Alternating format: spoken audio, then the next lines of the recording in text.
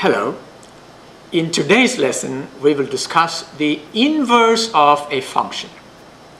Now, what is the meaning of inverse of a function? Let's start with the familiar function that we have been using before, y equal to 7.5x. You work for 1 hour, you earn $7.5. Now, here the input is the time in hour and the output is the amount of money you earn. In other words, the independent variable is the time in hour and the dependent variable is the amount of money you earn. The domain values, the input are the domain values and the output are the range values. So we got the domain values, the number of hours you work, and the range values, the amount of dollars you take home. Now, suppose a student asks this question. If I work for 10 hours, how much will I collect?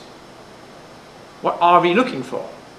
We are looking for y of 10 or f of 10. If you write it as f of x equal to 7.5x, we are looking for f of 10, in other words, the output when the input is 10 hours.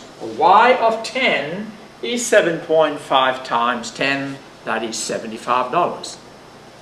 Now, how about a student who asks this different question? What is that question? The student says, I want to make $150. How many hours should I work? Well, perhaps that student wants to go and buy an iPhone or something. Can you buy an iPhone for $150? I don't know. But the student wants $150 and he wants to know how many hours that student should work. In other words, here the student is using the amount of money as an input. And what is the output he wants? He wants to know how many hours he should work. So the role here is changed. The question the first student asked, the input is the number of hours. If I work for 10 hours, how much money will I take home? Now, the second student changed the whole thing over. Now, he wants $150. That's the input. And the output, he wants to know how many hours he should work. Now, in order to answer, we must solve this equation for x. Is that right? Because the student needs to know how many hours he should work in order that he may earn a given amount of money. Here y is given, the output is given. So let's solve it. Y equal to 7.5x, we can solve. We get x equal to y over 7.5. Now, but this is not the normal way we write a function, do we? In a function, the input is called x and the output is called y. Remember, in this case, the input is the amount of money, which is this quantity y. And so, we must really call this x and this y, we are looking for the output, the number of hours. So, we now, in this case, the time x is the output. So, we really need to call it y. And the amount of money y is the input, and we really need to call it x. So, what do? So, after solving for x, what we need to do is we change y to x and then x to y. And now his question can be answered by the function. Now look at this, y equal to x over 7.5. Now this function can be used to answer his question, how many hours should I work so that I earn $150? In other words, what is the value of y when x equal to $150, and now that is easy to find. So now x is the input, which is the amount of dollars, and y is the output, that is the time in hours. So the number of hours the student should work in order to collect $150 is now y of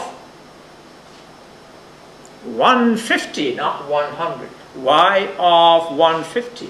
In other words, the input now is the amount of money, that is $150, and so that is equal to 150 divided by 7.5, that is 20 hours.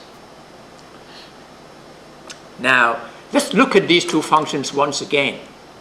Now, if you understand it, the question the first student asked, the time is the input, the amount of money is the output. The question the second student asked, the amount of money is the input, the time is the output.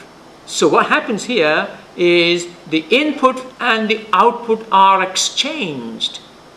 And that is the significance here. So let's look at this function once again. When we use time as the input and the amount of money as the output, the form of the function is y equal to 7.5x. That means 150 is an ordered pair for this function. What does that mean? A student who works for 20 hours take home $150. When we use the amount of money as the input and the time as the output, what is the form of the function that we produced? The form of the function we produced is y equal to x over 7.5. And can you give me an ordered pair there? When we input $150, the output is 20 hours. In other words, 150, 20 is an ordered pair for this function. So if you look at the two ordered pairs, you can see the input and the output are switched. So the domain of the first function is the time, and this is now the range of the second function. The domain and range are exchanged for these two functions. The range of the first function is the money, and this is the domain of the second function, isn't it? The domain and range are exchanged in these two functions. And such two functions are what we call inverse functions. So tell me, what are the characteristics of inverse functions? A function and its inverse. If you take the inverse of a function, you must say a function has the domain and the range. The inverse of that function will have its domain, which is the range of the function, and its range, the domain of the function. That's right. So y equal to 7.5x and y equal to x over 7.5 are inverse of each other. The domain of the first function is the range of the second, and the range of the first function is the domain of the second. The inverse of a function f of x is written like this: f inverse x. In other words, it looks like we raise it to the power -1, but it is not a power. We read it as f inverse x. So if f of x equal to 7.5x, then f inverse x equal to x over 7.5.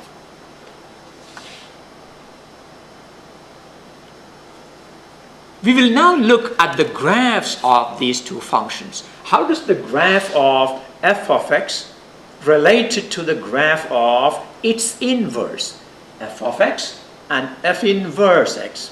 All right, how does the graph of f of x equal to 7.5x look like? Well, this is the graph of f of x equal to 7.5x. Now, this is not drawn to scale, but that is the general form of that graph. All right, and how does the graph of this look like? Y equal to, remember this can be replaced by y equal to x over 7.5. What is the graph of that? Now look at that graph. Now, what can you say about these two graphs? Now, if you draw a line y equal to x, y equal to x, you can see here x equal to 1, y equal to 1, x equal to 2, y equal to 2, x equal to 3, y equal to 3. This broken line is the graph of y equal to x. Now look at the graph of the function, that is f of x equal to 7.5x, and its inverse f of x equal to f inverse x is x over 7.5. If you look at these two graphs, you keep a mirror along the line y equal to x. The reflection of the function graph on that mirror will be the graph of its inverse. It's a very important concept. The graphs of f of x, f inverse x are, and y equal to x are these three graphs. And what you see here is that the graph of f of x and the graph of f inverse of x are symmetric about the line y equal to x, are symmetric about the graph of y equal to x. What's that meaning of symmetric? It's actually a reflection. If you keep a mirror along the line y equal to x and take the reflection of the graph of the function, then you get the graph of its inverse. That's right.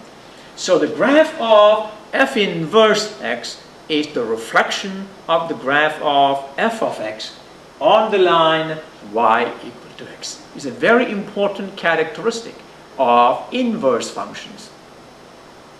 Well, why is it this? This is because the domain of f of x is the range of f inverse of x. Now, we also saw earlier that if you take the function, if 20, 150 is an ordered pair for this function, you work for 20 hours, you take home $150. So the ordered pair 20, 150 is on this graph. And what is the ordered pair we found for the inverse function? 150, 20 is the point on the graph of the inverse function, which means if AB is a point on the graph of f of x, then BA will be a point on the graph of its inverse. Why is it like that? Because the domain and range are exchanged in the function and its inverse. Alright, let's now look at these functions one more time. Let's say f of x equal to 7.5x and g of x equal to x over 7.5. There are two functions. Alright, what is f of gx? I hope you remember the concept we discussed in the last class. F of gx. Now how do you find f of gx? In the function f, x is replaced by g. In other words, in here, this x is replaced by x over 7.5. Alright, so f of gx is 7.5 times, in place of this x, we write x over 7.5. And 7.5 cancels, you get x. F of gx equal to x. How about g of fx? Can you do that on your own? G of fx. in the equation, in the function for g, x is replaced by f of x, which is 7.5x.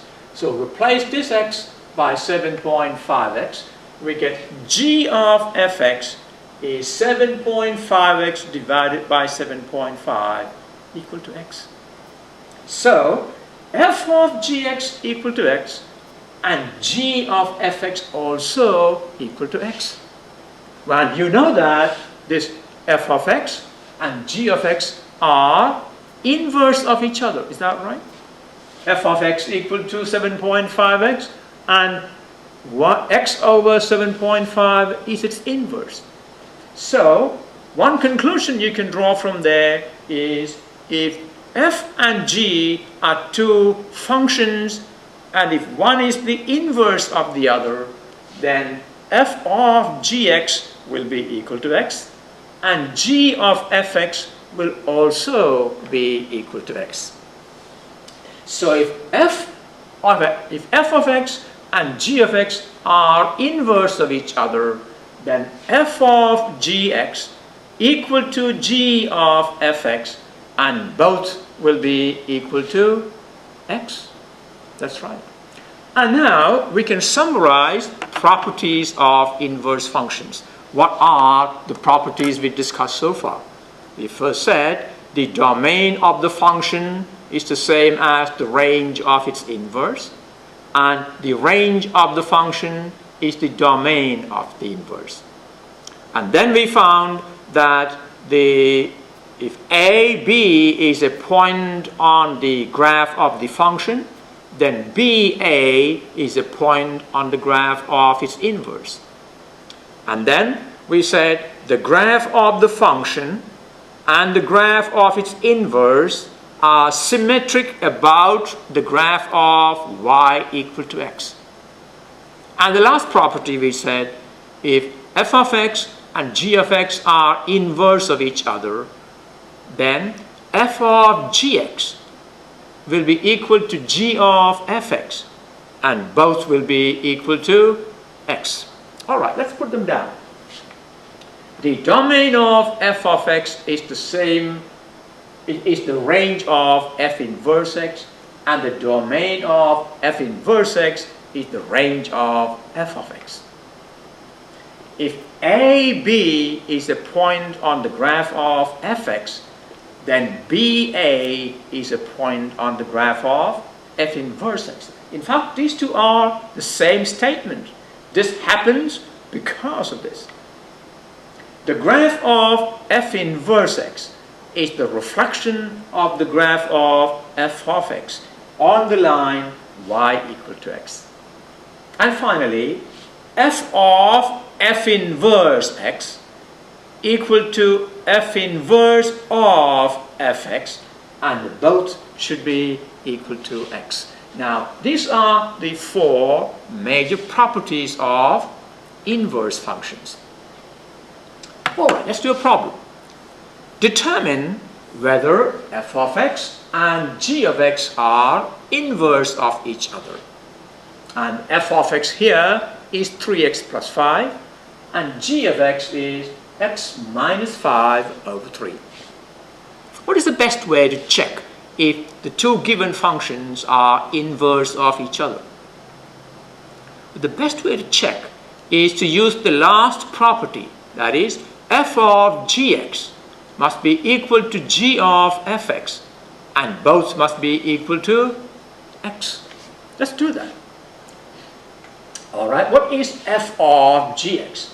F of gx is obtained by replacing in the function f, replacing x by g. So this x in f of x will be replaced by x minus 5 over 3. So f of gx will be 3 times, in place of this x, we will write x minus 5 over 3 plus 5. And you notice 3 and 3 will cancel. What is that equal to? That will be x minus 5 plus 5, and that's equal to x. So f of gx equal to x. Let's try now g of fx. What is that equal to? G of fx is obtained by replacing x in g by f, which is 3x plus 5. So this x is replaced by 3x plus 5. So g of fx is 3x plus 5, this is in place of that x, minus 5 divided by 3. And what's that equal to? That will go, 3x divided by 3 is x. So f of gx equal to x, g of fx also equal to x. What is your conclusion? Therefore, the given two functions, f of x and g of x, are inverse of each other. Now look at their graph. This is the graph of f of x equal to 3x plus 5. And this is the graph of g of x equal to x minus 5 over 3. And this is the line y equal to x. Are these two graphs symmetric about y equal to x? Yes, they are. Well, that means they are inverse of each other. All right, let's do another one. Determine whether f of x and g of x are inverse of each other. F of x is 2 over x minus 5 and g of x is 2 over x plus 5. Well, what all we need to do is check if f of x, f of gx and g of fx are equal and both equal to x. Alright, let's do that. F of gx, what do we do? In the function f, the x is replaced by g. So, in here, that x is replaced by 2 over x plus 5. F of gx is 2 over x minus 5. X is replaced by g, 2 over x plus 5. And you can see plus 5 minus 5 will go, and that will be 2 divided by 2 over x. And how will this get simplified? 2 over x. In other words, 2 divided by x will reverse and multiply. It will be 2 multiplied by x over 2. That's right. 2 multiplied by x over 2. And that's equal to x. Alright, how about g of fx? G of fx, in the function g, this x is replaced by f of x, which is 2 over x minus 5. So this x is now replaced by 2 over x minus 5. That would be 2 over x minus 5 plus 5. How do you simplify this? Well, that will be 2 divided by this is the same as multiplied by its reciprocal. So that will be 2 times x minus 5 over 2. And you can see 2 and 2 will cancel. And this is x minus 5 plus 5. What is x minus 5 plus 5? That's equal to x. So f of gx and g of fx are both equal to x, which means that the functions are inverse of each other. Alright, how does the graph look like? Look at that graph. Now, you got f of x equal to 2 over x minus 5. That's this graph. And g of x equal to 2 over x plus 5, that is this graph. Notice the vertical asymptote. For this, the vertical asymptote here is x equal to 0. X equal to 0 is not in the domain here. And in here, x equal to 5 is not in the domain. Alright, now look at the graph of y equal to x. Are these two graphs symmetric about the graph of y equal to x? Well, I want you to take a look at it and see if they are really symmetric. All right? All right, let's try two other functions now. F of x equal to cube root of x minus 4 and g of x equal to x cubed plus 4. Are these two inverse of each other? All right, let's try it. F of gx equal to cube root of, in place of x, we write x cubed plus 4. Is that right? Okay, so cube root of x cubed plus 4 minus 4, plus 4 and minus 4 will cancel. That will give you cube root of x cubed. Of course, cube root of x cubed is x. How about g of x? G of x is obtained by replacing x in g by the f quantity. So this x will be replaced by cube root of x minus 4. So that will be cube root x minus 4 raised to the power of 3 plus 4. Now, a cube root quantity is raised to the power of 3. That means the radical will disappear. So that will be x minus 4 plus 4, and that again equal to x. That means f of gx equal to g of fx equal to x. So these two functions are inverse of each other. How about the graphs? Now, draw these graphs on your own. y1 is x minus 4 to the power of 1/3. That is the way we write cube root of x minus 4. And g of x is x cubed plus 4. And look at those graphs. This is the graph of cube root of x minus 4. And this is the graph of x cubed plus 4. Now, are they symmetrical about the graph of y equal to x? Well, to me, they look like they are symmetrical. Another one. Determine is f of x equal to 2x minus 5 and g of x equal to x plus 2 over 5 if they are symmetric. No, if they are inverse of each other. All right, let's start by doing f of gx.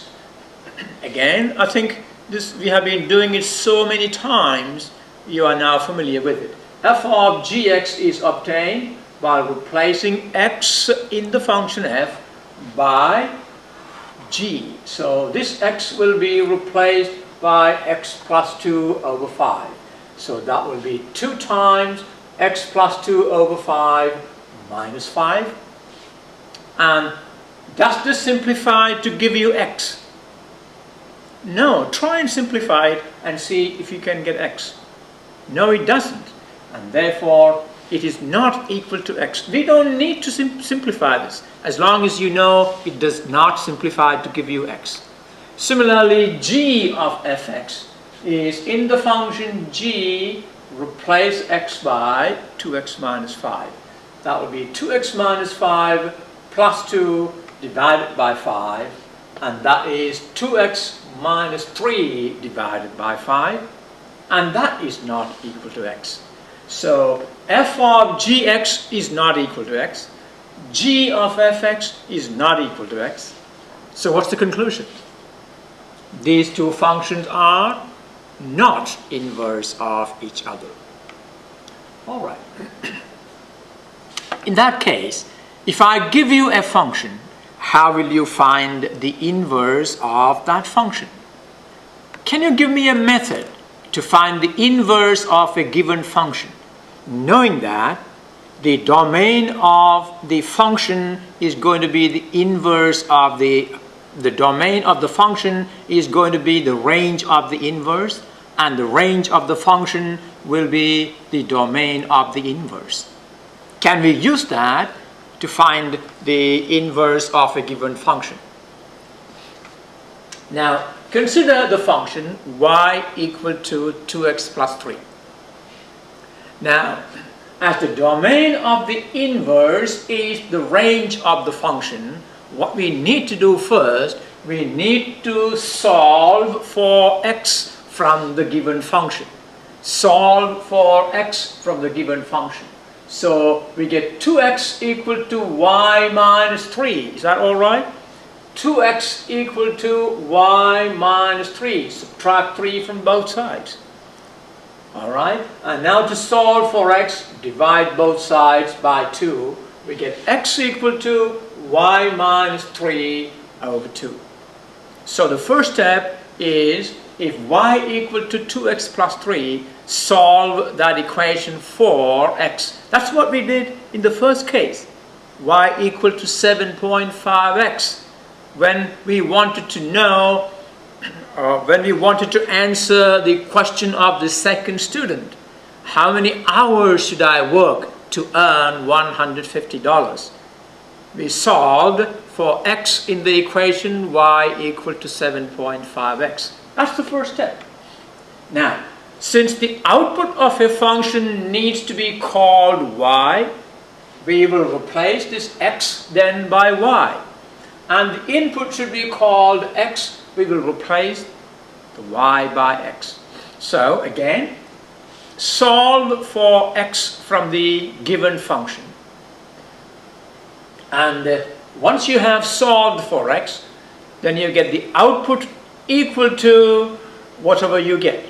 But for a function, the output must be called y and the input must be called x. So this x being the output actually should be called y. And this y being now the input should actually be called x. So what we need to do is, in x equal to y minus 3 over 2, we call x equal to y and then y equal to 3. So it becomes y equal to x minus 3 over 2. And this is the inverse of y equal to 2x plus 3. So review the steps once again. You need to find the inverse of y equal to 2x plus 3. What is the first step? Solve for x. We get x equal to y minus 3 over 2. And then replace your x by y and y by x. And I'm sure you know why we do that. And that will give you the inverse of the function. So f of x equal to 2x plus 3. F inverse of x is x minus 3 all over 2. Now, how about the graph of these two functions?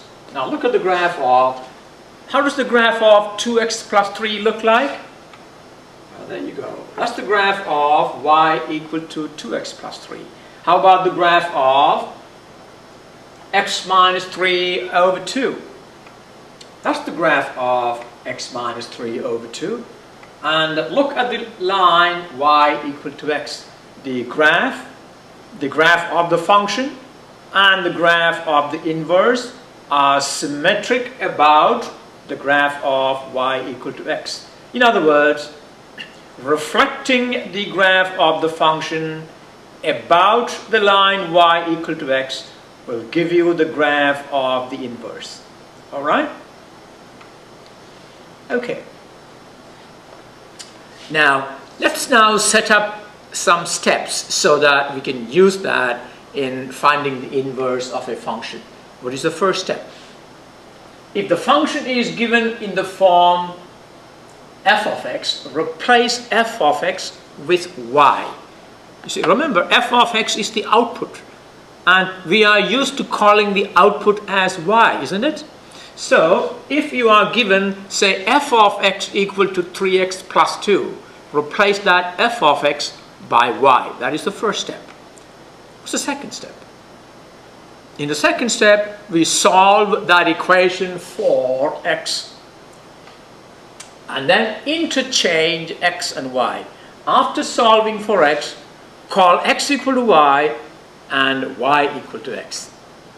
And replace the new y by f inverse x. These are the 4 steps. If you can follow these 4 steps, it's very simple to find the inverse of a function. All right, let's do that. find the inverse of f of x equal to 3x minus 2. Since we are given f of x equal to 3x minus 2, what's the first step? Replace f of x by y. So we got in the first step y equal to 3x minus 2. And what is the next step? Solve for y in this equation. What do you do to solve for y? Add 2 to both sides. That will give you y plus 2 equal to 3x, or x equal to y plus 2 over 3. Is that right? So add 2 to both sides. It will give you y plus 2 equal to 3x, or x equal to y plus 2 all over 3. What is the third step? Replace x by y and y by x, or interchange x and y, and now you get y equal to x plus 2 over 3. And since we were given f of x equal to 3x minus 2, we are finding the inverse of that. So this y now needs to be called f inverse of x. So replace your y by f inverse of x. That gives you f inverse of x equal to x plus 2 over 3. Alright, how about the graph of these? Let's graph them. Our function is y equal to 3x minus 2, and the inverse we just found is y2 equal to x plus 2 over 3. Always keep track of how to enter these functions on the calculator. Look at the way I use the quantity x plus 2 in parentheses. And look at the graph of that. Well, the graph of the function, which of these graphs is the graph of the function? 3x minus 2. You can see this is the graph of 3x minus 2. And this is the graph of x plus 2 over 3. And if you now draw the graph of y equal to x, you can see these two graphs of the function and the graph of the inverse are symmetric about the line y equal to x. Very important concept. Next, find the inverse of f of x equal to x minus 2 raised to the power of 3.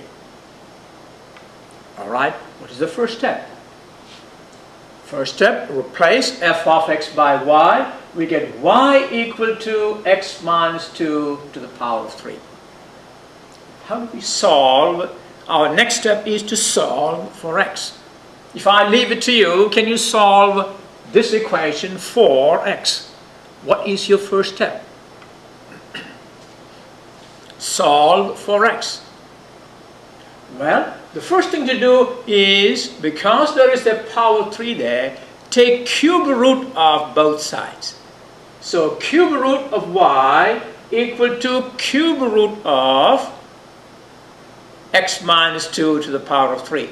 Remember, cube root of a power raised to the power of 3 will be that quantity. So what we did is take the cube root of left hand side and the right hand side, or we can say raise both the left hand side and the right hand side by power 1/3. Remember, cube root is the same as power 1/3. So raised the left hand side and the right hand side to the power 1/3. Let me show you that step. It means on the left hand side, raise y to the power of 1/3. On the right hand side, raise that quantity to the power of 1/3. And what you notice is x minus 2 raised to the power of 3 all to the power of 1/3 is x minus 2. And y raised to the power of 1/3 is cube root of y. That's right. So now, what is x equal to? If x minus 2 equal to cube root of y, then x equal to cube root of y plus 2. Well, we did 2 steps. What is the third step? In the third step, we replace x by y and y by x. Interchange x and y. That will give you y equal to cube root x plus 2 is the inverse function. But in the proper form, now we should replace y by what? F inverse of x. So f inverse of x equal to cube root x plus 2. Can you draw the graphs of these? Look at the way I entered them on the calculator. X minus 2 to the power of 3. And how do you enter this? Cube root of x is x raised to the power 1/3. See how 1/3 is in parentheses. Plus 2. And graph those. X minus 2 to the power of 3 is this. Is that right? It's a cubic function. And cube root of x cubed plus 2 is that. And if you now draw the graph of y equal to x, it will be exactly symmetric. You must try that on your own. Let's do another one.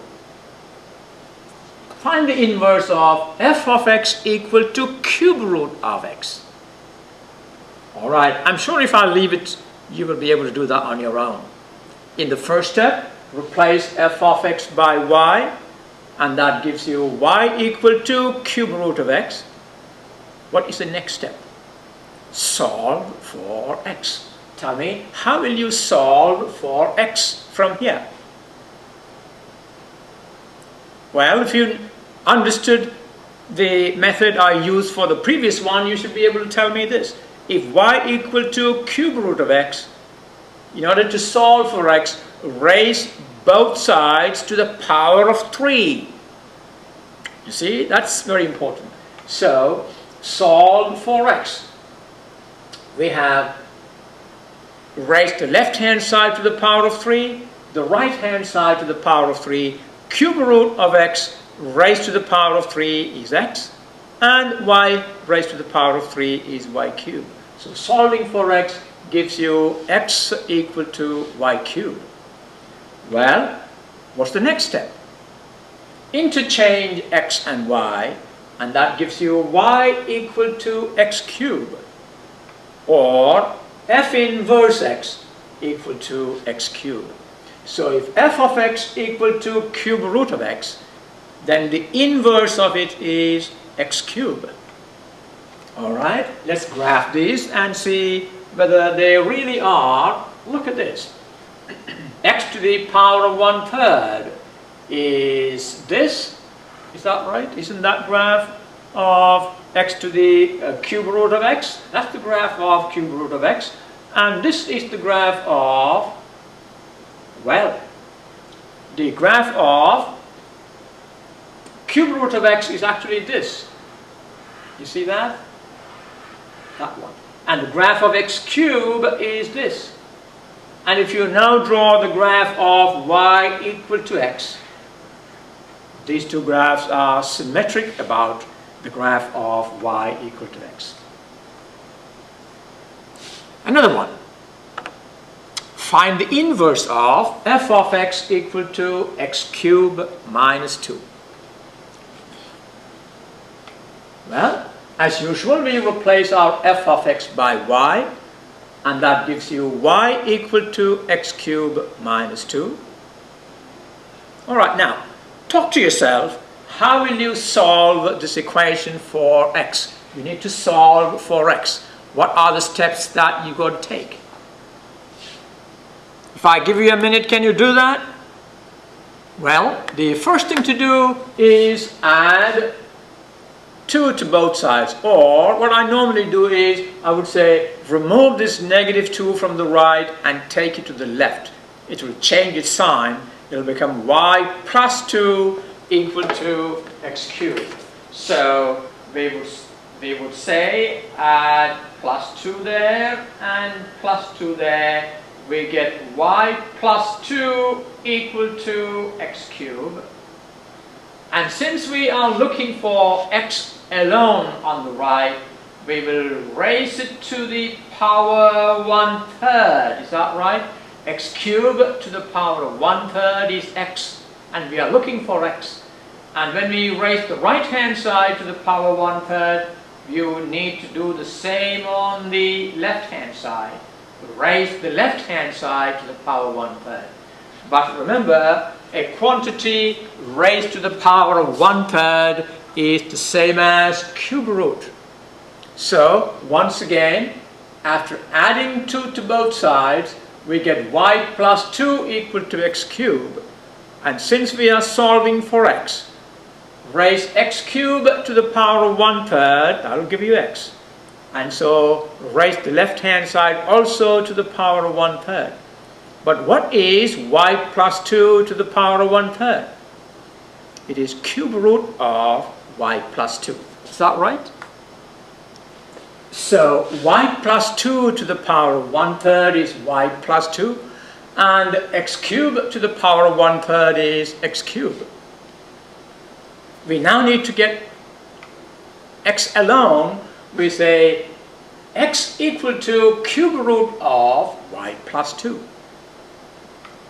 In other words, we take the 1/3 of power on both sides. Now interchange x and y. What do you produce? We get y equal to cube root of x plus 2. Now, what's the next step? Replace your y by f inverse of x. F inverse of x equal to cube root of x plus 2.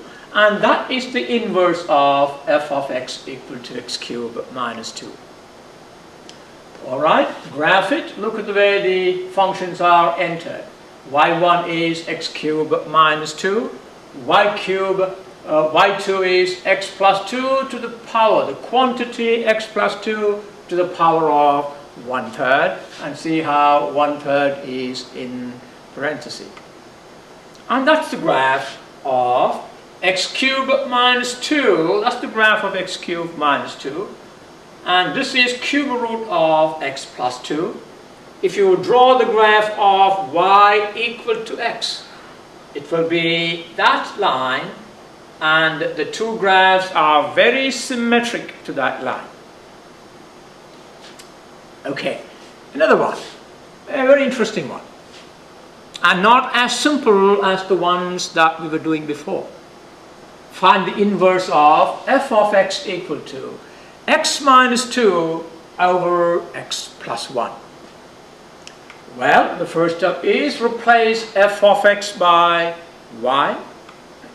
Alright, that is y equal to x minus 2 over x plus 1. Now, what's the next step? Solve this equation for x. Now, if I leave it to you, can you solve this equation for x? Well, if you practice some of the things that you know, if you want to cross multiply and solve for x, you will not succeed there. Because x is appearing in two places, and it is very difficult to combine those two and finally solve for x. It is possible, but there is an easier way. And the easiest way is use long division to simplify this. Now, I hope you know how to divide a polynomial by a binomial. Actually, both these are binomials. Now, to divide x minus 2 by x plus 1, write x minus 2 and the traditional way of horizontal and vertical line, and write x plus 1 over here. And how do we proceed? How many x's will go in this x? Well, obviously, only 1. So x divided by x is 1. And write that 1 over here. And now you multiply. 1 times x is x, and write it below this x. 1 times plus 1 is plus 1, write it below negative 2. So 1 times x is x. 1 times 1 is plus 1. And now you need to subtract. Subtract quantity, the lower quantity from the upper one. subtract x from x. X minus x is 0.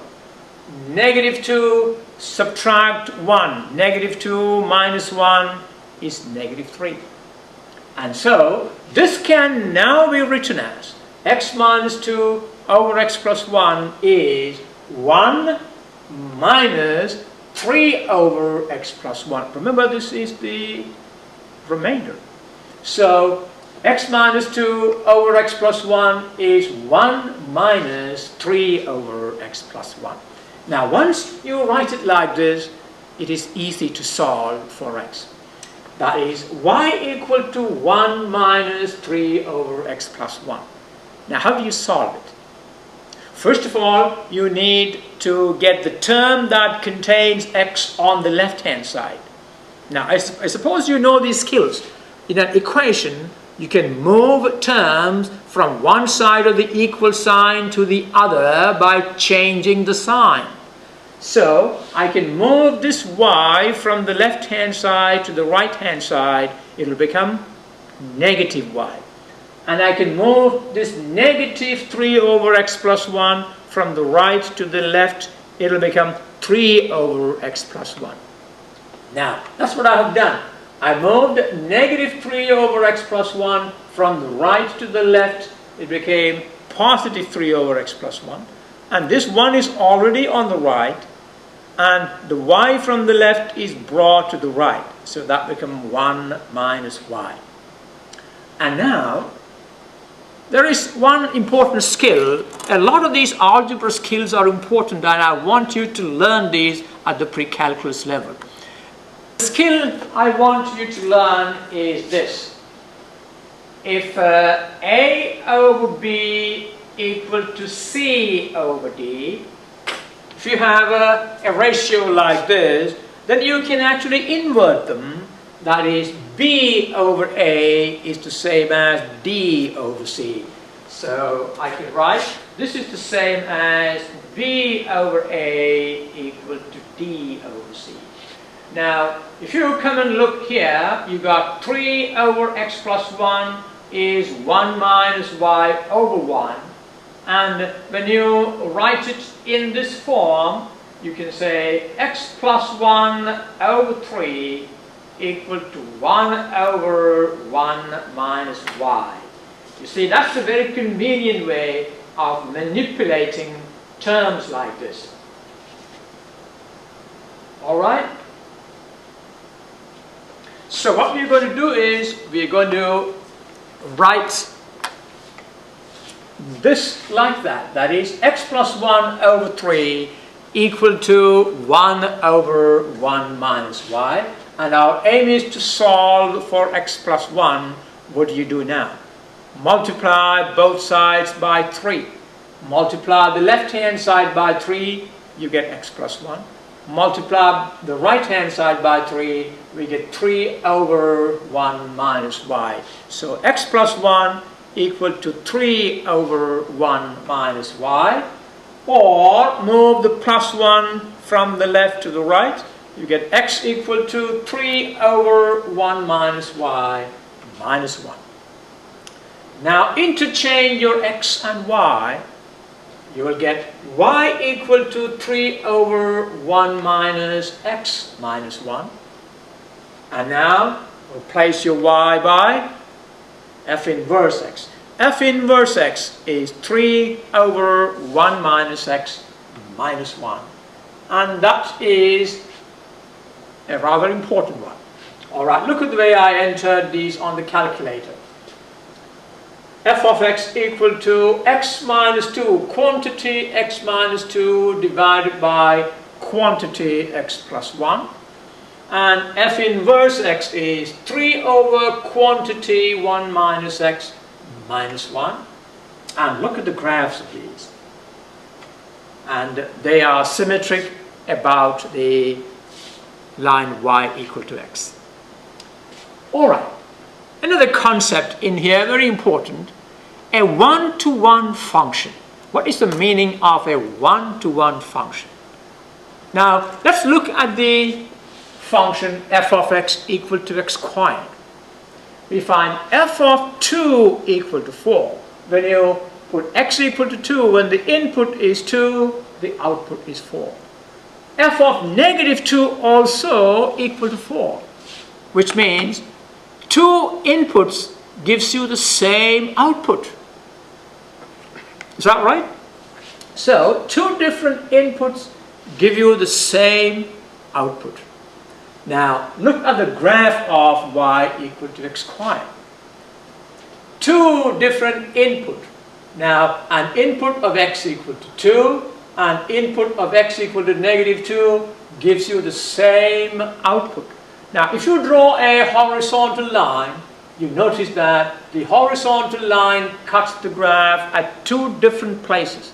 Why does the horizontal line cut the graph at 2 different places? The 2 different points are the output values, the same output values for different input values. It shows you that for 2 different inputs, you get the same output. Now, such a function does not have an inverse. Now, can you tell me, why doesn't this function have an inverse? Now, why is it impossible to have such a function to have an inverse? Well, you know that the domain of the function is the range of the inverse, and the range of the function is the domain of the inverse. Now, in order to satisfy that, one domain value should correspond to only one range value. And one range value must correspond to only one domain value. Here, there are 2 range values. Now, if there are 2 domain values corresponding to the same range values, now, can you exchange them? Well, it is not possible. Therefore, such a function cannot have an inverse. Now, a function has an inverse only if one value of the input gives rise to only one value of the output. Only if one value of the input gives rise to one and only one output. Now, such a function is called a one-to-one function. In other words, one domain corresponds to a unique output. No other input can give rise to the same output. A one-to-one function. This is not a one-to-one function. Here, 2 domain values gives exactly the same range. Therefore, this is not a one-to-one function. In order that we may define an inverse for a function, the function has to be one-to-one. So a function has an inverse only if it is a one-to-one function. Now, how do you know? By drawing a graph if the function is one-to-one. If a horizontal line touches the graph at 2 different points, it is not a one-to-one function. So a horizontal line test can be used to test if a function is one-to-one. All right. Let me give you a set of ordered pairs. Well, remember, a set of ordered pairs will define a function. Is that right? A set of inputs and a set of outputs. All right, tell me if this is a set of one-to-one ordered pairs. -1, 0, 0, 1, 1, -1, 2, 1. Now, if you notice here, there's an output 1 for an input 0, and output 1 for an input 2. There are 2 input values that gives rise to the same output.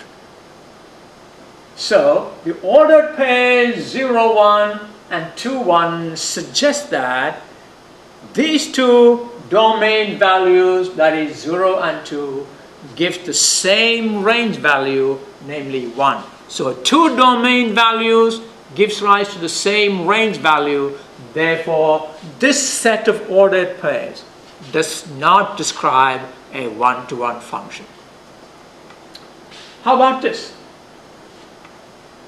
Determine if this graph is the graph of a one-to-one function. Can you tell me if this graph is the graph of a one-to-one function? How do you do that? If you draw a horizontal line, and if the horizontal line touches the graph at more than one point, then that graph is not one-to-one. Look at the horizontal line that I drew. The horizontal line cuts the graph at 3 places. That means you get the same range values for 3 different domain values. Therefore, it is not one-to-one. All right. Does it mean that f of x equal to x squared has no inverse? You can see f of x equal to x squared gives you one output for 2 different inputs, because f of -1 and f of 1 both gives you an output of 1. F of -3 and f of +3 both give you an output 9. So does it mean that f of x equal to x squared has no inverse? Well, it has no inverse in its entire domain of -infinity to +infinity. Well, what we can do is we can restrict the domain of this function and then say, if you restrict the domain, say from 0 to infinity, within that domain range, you can define the inverse of that function. So, if you consider this on the restricted interval, say 0 to infinity, it is one-to-one, and therefore it has an inverse. That means we are not looking at the function for inputs that are negative. We are only looking at this function for inputs that are positive. Then you can see the left part of the graph is cut off. Only the right part is remaining. That's right. This is the graph of y equal to x squared for the restricted domain of 0 to infinity. Now this is one-to-one.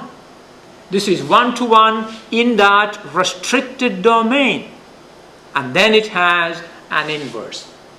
If you now draw a horizontal line, it will only touch the graph at one place. All right, let's find the inverse of f of x equal to x squared in this restricted domain. Now remember, we are not finding the inverse of f of x equal to x squared in its entire domain. We are finding its inverse in this restricted domain of 0 to infinity. Well, so let's follow these steps. Y equal to x squared, replace f of x by y. X greater than or equal to 0, restricted domain. The next step, solve for x. If y equal to x squared, what is x equal to? Square root of y. And now exchange x and y, which gives me y equal to square root of x. And now replace your y by f inverse x. So, if f of x equal to x squared, its inverse is square root of x in the restricted domain, x greater than or equal to 0. Now look at the graph of the square root of x. Now, aren't they inverse of each other? Yes, because if you draw the graph of y equal to x, they are symmetric about that line. Now look at that. That's y equal to x, and they are symmetric. So, if a function is not one-to-one in its entire domain, we should be able to find the inverse of that function in an interval, in a restricted interval where it is one-to-one. We will practice that, especially when you go to calculus and sometime in physics. These concepts are very important. All right, find the inverse of f of x equal to 1 minus square root of 1 minus x squared in the restricted domain, -1 less than or equal to x less than or equal to 0, between -1 and 0. Well, we start by replacing f of x by y equal to 1 minus square root 1 minus x squared. What is the next step? Solve for x. What do? Well, let's take the quantity, the negative quantity, square root 1 minus x squared to the left and bring y to the right, and that will become square root 1 minus x squared equal to 1 minus y. I suppose this is now clear how the steps comes about.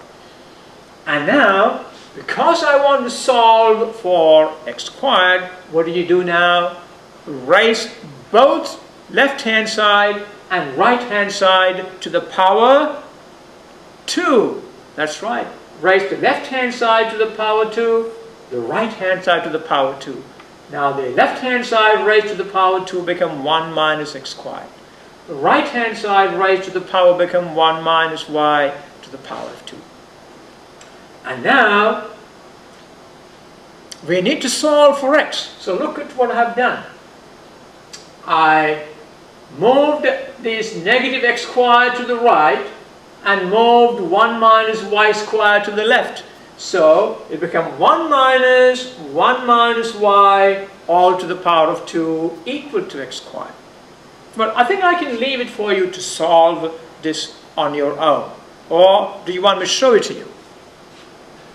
Well, we will start like this. It'll be 1 minus y squared to the power of 2 equal to 1 minus x squared. I just exchanged it. And now move this negative x squared to the left, it will become positive x squared, will be equal to 1 is already there, that is 1. And the quantity from the left is going to come to the right, become minus the quantity 1 minus y squared all to the power of 2. I hope that is clear. Once again, I just exchange the positions and the negative x squared is taken to the left to become positive x squared. And this 1 is there on the right, and the quantity 1 minus y squared raised to the power of 2 comes to the right, become minus 1 minus y squared to the power of 2. Okay, and now what does that become? Therefore, x equal to, because x squared equal to this quantity, x equal to plus or minus square root of this quantity. Now, the plus will not be valid here because our restricted domain is from -1 to 0. Only the negative part is valid. So out of the 2, we only take the negative in the restricted domain. Therefore, x equal to negative square root 1 minus y to the power of 2. I hope you understood why I dropped the positive. The positive part is not in the domain given to us. All right, what's the next step? Exchange y and x. Interchange x and y. That gives me, now don't read this as 3 times, this is the third step. The third step is y equal to negative square root 1 minus x to the power of 2. And now replace your y by f inverse x. Now look at the way I simplified it. I'm going to leave that for you to simplify. You can see 1 minus x to the power of 2. I hope you know how to expand it. It'll be the square of 1 minus 2 times 1 times x plus x squared. There are 3 terms in the expansion. Well, do that expansion on your own. Again, 1 minus x to the raised to the power of 2 will be 1 minus 2x plus x squared. And that 1 with the negative sign and that 1 will cancel, leaving us inside 2x minus x squared. So it will be negative square root 2x minus x squared.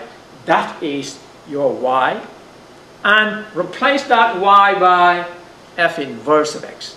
So f inverse of x is negative square root 2x minus x squared. Now look at the graph of these. Okay, that's f of x, and that is f inverse of x, and this is the line y equal to x, and they are really symmetrical about that.